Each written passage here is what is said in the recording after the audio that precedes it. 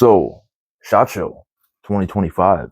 I don't know if any of you have been keeping up with it. I myself look forward every year to the following year of what's going to be released, all the new toys, gizmos, gadgets.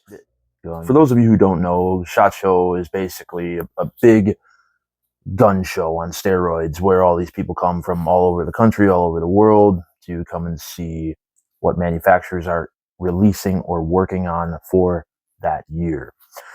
It just ended, and we've gathered a lot so far. Like, there's a lot of YouTubers out there that obviously want to cover the content. There's been some new stuff. There's been some cool stuff. Right.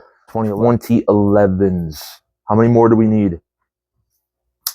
2011s remind me of like White Claw, but 2011s really aren't that great. I mean, they come with all the bells and whistles. They come all, butter smooth on the slide. They feel good in your hand. They feel good to shoot. With a heavy price tag, though. Very, very heavy price tag. I could buy about 3 CZ Shadow 2s for the cost of an Atlas Gunworks 2011. I love my CZ Shadow 2. It does everything I need it to do. It goes fast. It feels good in my hand. It's an all-steel gun, and it's got a single action, double action trigger. I do my CZ Shadow 2 very often. It's one of my favorite guns. It does feel good in the hand, but at what cost? Unless you're making money with it, competing and stuff like that, why? And now these companies like Springfield, they came out with the Prodigy. What was that, last year or the year before? And now Palmetto State Armory working on a 2011 concept gun is news.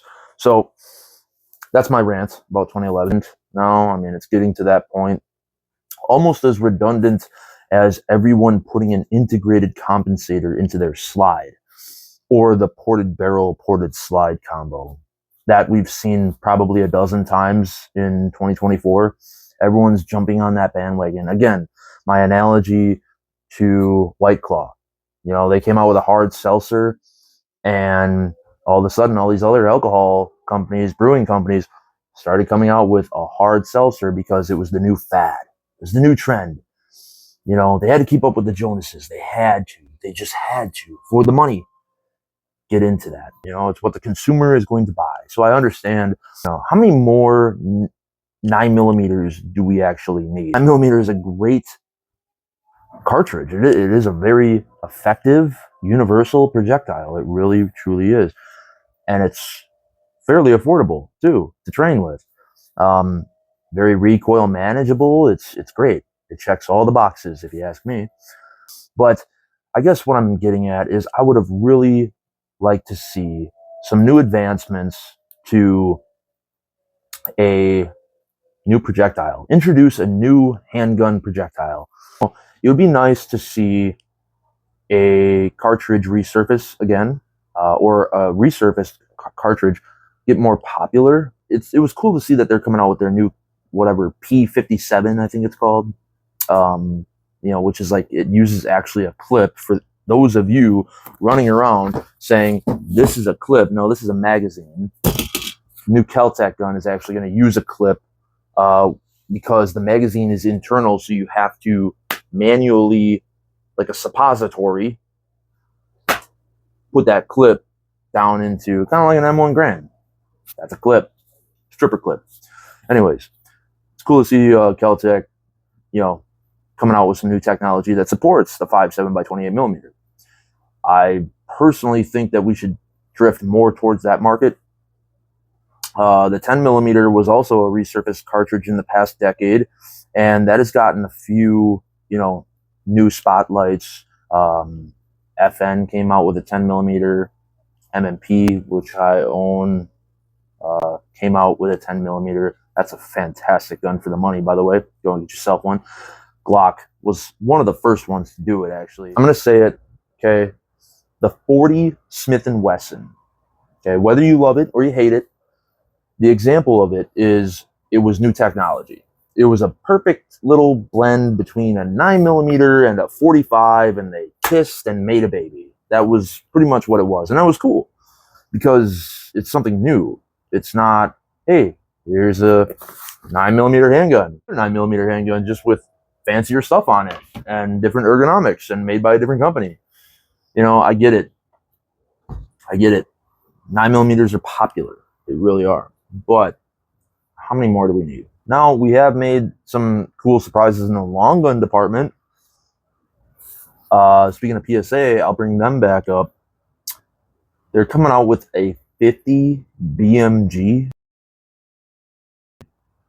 Like, that's fucking badass, man. Like, they even said that we want to manufacture a 50 cal. Oh yeah, we want to make it affordable for the average Joe. We want to have our 50 BMG be the most affordable on the market. That's cool, because I don't know if you know, but you can't really touch a 50 BMG for anything less than like 5 or 6 grand. I think it's actually one of the concept guns that they had a vote on, which, by the way, if you guys haven't done it, go to PSA, palmettostatearmory.com.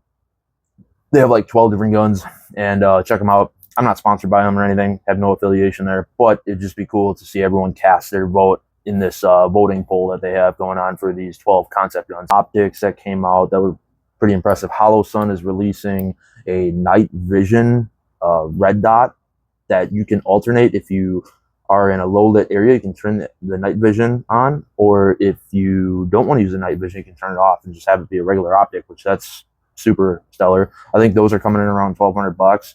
I'm gonna get one. I think probably gonna have to. I'm gonna contradict myself here for a second, because I did see Archon.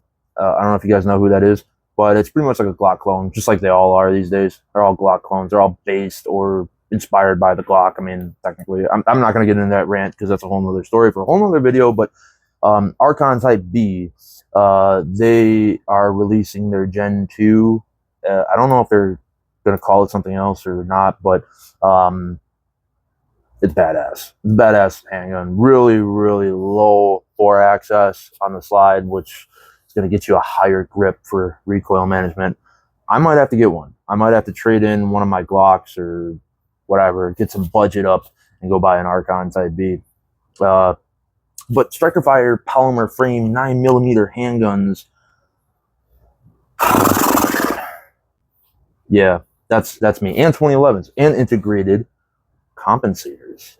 That's like been all we've seen.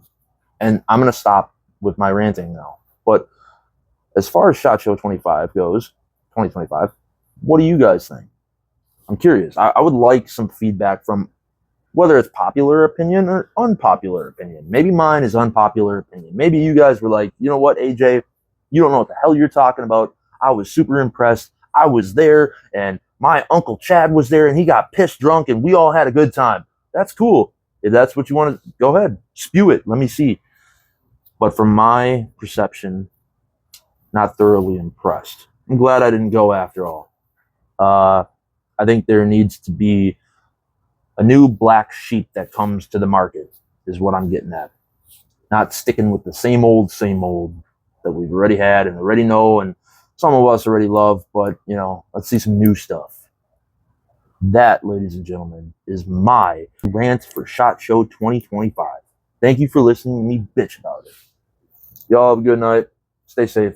Stay happy. Stay healthy. And above all, stay ready. We'll catch you in the next one.